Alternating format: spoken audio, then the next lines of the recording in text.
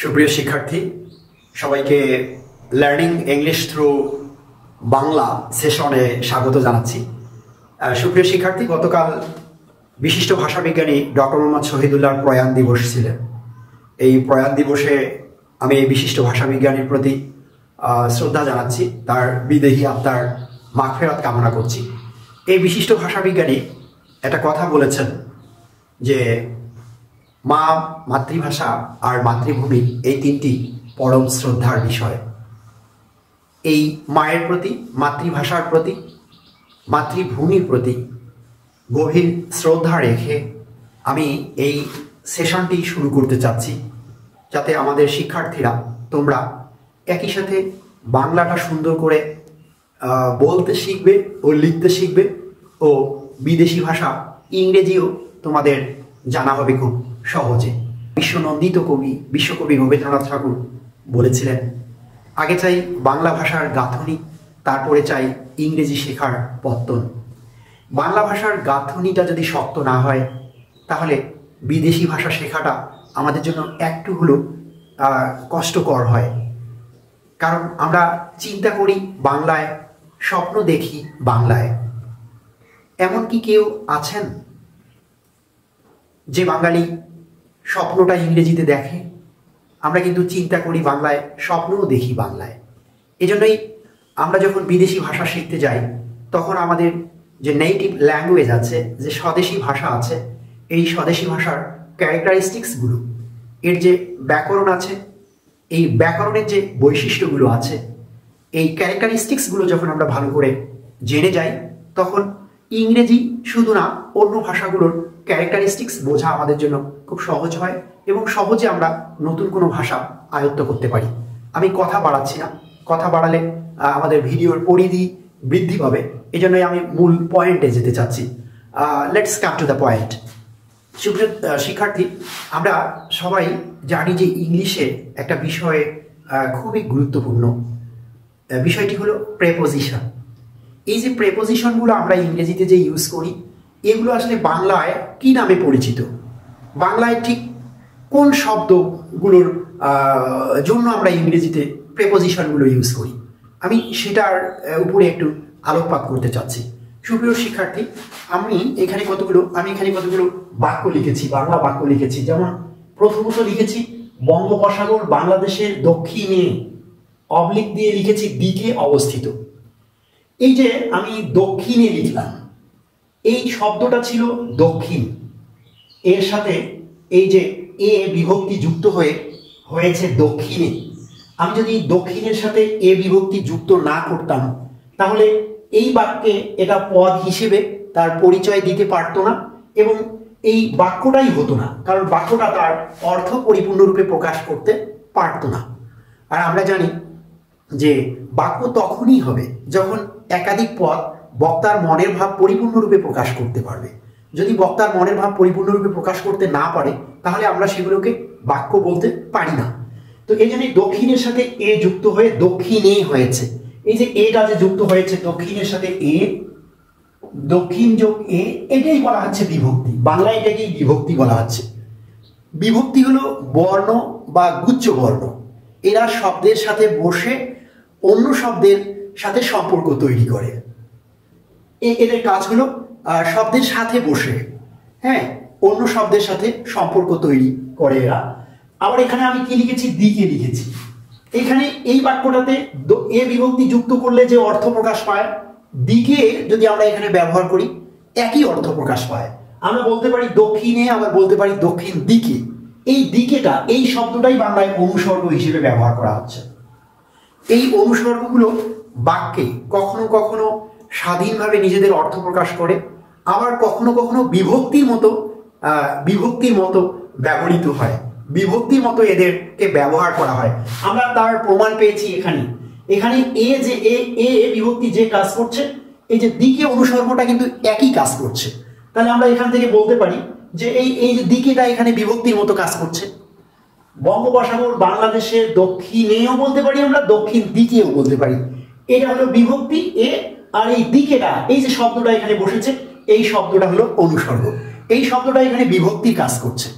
তাহলে আমরা কিন্তু ইংলিশে এই যে এই মূলত এইটাকে যে এই বিভক্তিটা ব্যবহার করলাম আর এই অনুসর্গটা ব্যবহার করলাম, এই বিভক্তি ও অনুসর্গের জন্যই কিন্তু আমরা ইংলিশে বা ইংরেজিতে আমরা প্রেপোজিশনটা ইউজ করি।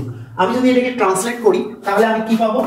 The bay of Bengal, the bay of Bengal, the bay of Bengal is to, এই যে টু পেয়েছি আমরা, is to the south of Bangladesh, south actually south of Bangladesh, BNGLADESH, Bangladesh. The bay of Bengal is to the south of Bangladesh. এই যে টুটা আমি এখানে ব্যবহার করলাম, ইংলিশে এই যে প্রেপোজিশন টুটা ব্যবহার করা হলো, এই প্রেপোজিশন টুটাই মূলত আমরা বিভক্তি এ আর অনুসর্গ দিকের কারণে ব্যবহার করলাম। আশা করি তোমরা বুঝতে পেরেছো। এরপরে আমি যদি দেখি সে আমার থেকে জুনিয়র, এই যে থেকে অনুসর্গটা আছে, এই অনুসর্গটার জন্য এবার আমরা একটা প্রেপোজিশন ইউজ করব। He is senior, senior to me. আমরা প্রোনাউন্সিয়েশন গুলো একটু শুদ্ধ করার চেষ্টা করব, উচ্চারণগুলো শুদ্ধ করার চেষ্টা করব, কারণ ভাষা ভাবের বাহন।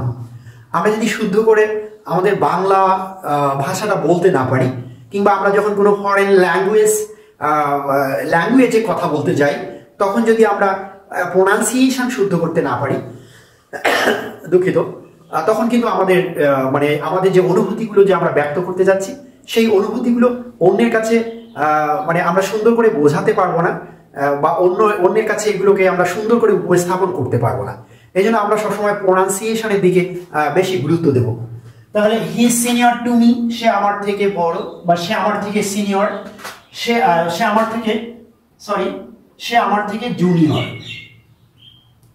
He is junior, JUNIOR, junior থেকে। আবার সে আমার থেকে senior, he is senior to me. এই যে আমি এখানে টুটা ইউজ করলাম, এই যে থেকের কারণে আমরা ইউজ করলাম, এই যে সে আমার। আমরা কখনো কখনো বাংলা বাক্যে ক্রিয়াপদ ও এই অনুসর্গগুলো উজ্জ্বল রেখে বলি। আমরা সবসময় বলি না সে আমার থেকে সিনিয়র, আমরা এমনিতেই বলে ফেলি সে আমার সিনিয়র, কিন্তু ধরে নিতে হবে যে এখানে একটা অনুসর্গ আছে, সে আমার থেকে senior. He is senior to me, তারপর আমি আরেকটা বাংলা বাক্য লিখেছি, সে এই কাজের জন্য উপযুক্ত নয়। এই যে জন্য, এই অনুসর্গটার জন্য আমরা একটা প্রেপোজিশন ইউজ করব। He is not fit, fit মানে উপযুক্ত। He is not fit for this job, he is not fit for this job, সে এই কাজের জন্য উপযুক্ত নয়। He is not fit for this job. আমি লাঠি দিয়ে সাপটি মেরেছিলাম, এই যে দিয়ে অনুসর্গটার জন্য আমরা একটা প্রেপোজিশন ইউজ করব। I killed, KILLED, I killed the snake, SNAK, I killed the snake with a stick, STICK, with a stick। আমরা উইথ ব্যবহার করি যখন আমরা অ্যাক্টিভ ফর্মে লিখি, আর বাই ব্যবহার করি যখন আমরা প্যাসিভ ফর্মে লিখি। এই উইথ ও বাই দুটোই দিয়ে দ্বারা কর্তৃক, বাংলায় যে দিয়ে দ্বারা কর্তৃক নামে যে বিভক্তি আছে, এই বিভক্তিগুলোর জন্যই আমরা উইথ ও বাই ব্যবহার করে থাকি। অ্যাক্টিভ ফর্মে ইংলিশে আমরা উইথ ব্যবহার করি, আর প্যাসিভ ফর্মে আমরা ইংলিশে বাই ব্যবহার করি। এবার যদি আমি লিখি লাঠি দিয়ে সাপটি মারা হয়েছিল, লাঠি দিয়ে সাপটি মারা হয়েছিল, তাহলে আমি এটা প্যাসিভ ফর্মে আমাকে করতে হবে, কারণ এখানে সাবজেক্ট নেই, সাবজেক্ট উজ্জ্ব আছে। কাজটা কে করেছে আমরা জানি না, আর আমরা সবাই জানি যে যখন সাবজেক্ট উজ্জ্ব থাকে বা সাবজেক্ট ইনঅ্যাক্টিভ থাকে, নিষ্ক্রিয় হয়ে যায়, তখন আমাদের প্যাসিভ করতে হয়। আমরা যদি এটা করি এবারে, তাহলে আমাদের করতে হবে the snake SNAK, the snake was killed by a stick, STICK, the snake was killed by a stick। সাপটিকে একটা লাঠি দ্বারা মারা হয়েছিল। আমরা কিন্তু বাংলায় আবারও দ্বারা ইউজ করলাম, কিন্তু আমরা যখন প্যাসিভ করলাম তখন এখানে বাই ইউজ করলাম। এগুলো ইংরেজি গ্রামারের নিয়ম, স্বতঃসিদ্ধ ইউনিভার্সাল কিছু রুলস আছে ইংরেজি গ্রামারে, যেগুলো গ্রামেটিক্যাল ট্রুথ বলে আমরা জানি। তো আমি এখানে একটা বাক্য লিখেছি, আমি 1990 সালে জন্মগ্রহণ করি। আমি যদি এই বাক্যটার এই যে সালে পদটা পেয়েছি, এই পদটার মধ্য থেকে আমি যদি এই বিভক্তিটা তুলে দেই, তাহলে কিন্তু বাক্যটা তার অর্থ পরিপূর্ণরূপে প্রকাশ করবে না। আমি যদি এভাবে বলি, আমি 1990 সাল জন্মগ্রহণ করি, আমি 1990 সাল জন্মগ্রহণ করি, তাহলে বাক্যটা তার অর্থের পরিপূর্ণতা প্রকাশ করতে পারবে না। এখানে আমাকে এই বিভক্তিটা লাগাতে হবে, আমি 1990 সালে জন্মগ্রহণ করি। আমরা এই বিভক্তিটুকুর জন্য আমাকে একটা প্রেপোজিশন ইউজ করতে হবে। এটা অবশ্যই প্যাসিভ করতে হবে, কারণ আমরা জানি যে এখানে সাবজেক্ট হিসেবে আমি ইনঅ্যাক্টিভ। আমি বা আমরা কেউ অটোমেটিক্যালি জন্মগ্রহণ করি না, কেউ আমাদের জন্ম দেন। এই জন্যই আমরা এই সেন্টেন্সটাকে, এই বাক্যটাকে যখন লিখি তখন আমাদের প্যাসিভ করে লিখতে হয়। তাহলে I was born in 1990। আমি কিন্তু এই যে বিভক্তিটার জন্যই আমি ইনটা এখানে ইউজ করলাম। আবার আমি আরেকটা বাক্য লিখেছি, আমি চা অপেক্ষা দুধ বেশি পছন্দ করি। এই যে আমি এখানে এই যে অপেক্ষাটা লিখেছি, চা অপেক্ষা দুধ বেশি পছন্দ করি, মানে চায়ের থেকে আমি দুধ বেশি পছন্দ করি। আমি যদি এখানে বলি চায়ের থেকে, তবুও হয়। আমি যদি এখানে বলি আমি চায়ের থেকে দুধ বেশি পছন্দ করি,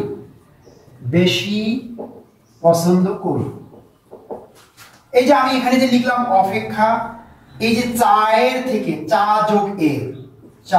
যোগ এর, এইটা হলো বিভক্তি। আর এই অপেক্ষাটা বাংলায় অনুসর্গ হিসেবে ব্যবহার হয়। এই দুটোর জন্য আমি এবার এটাকে যদি ট্রান্সলেট করি, আমি চায়ের থেকে দুধ বেশি পছন্দ করি, তাহলে আমি কি লিখবো? আমি চায়ের থেকে দুধ বেশি পছন্দ করি, আমি যদি এটাকে ট্রান্সলেট করি তাহলে আমাকে লিখতে হবে I prefer milk to tea।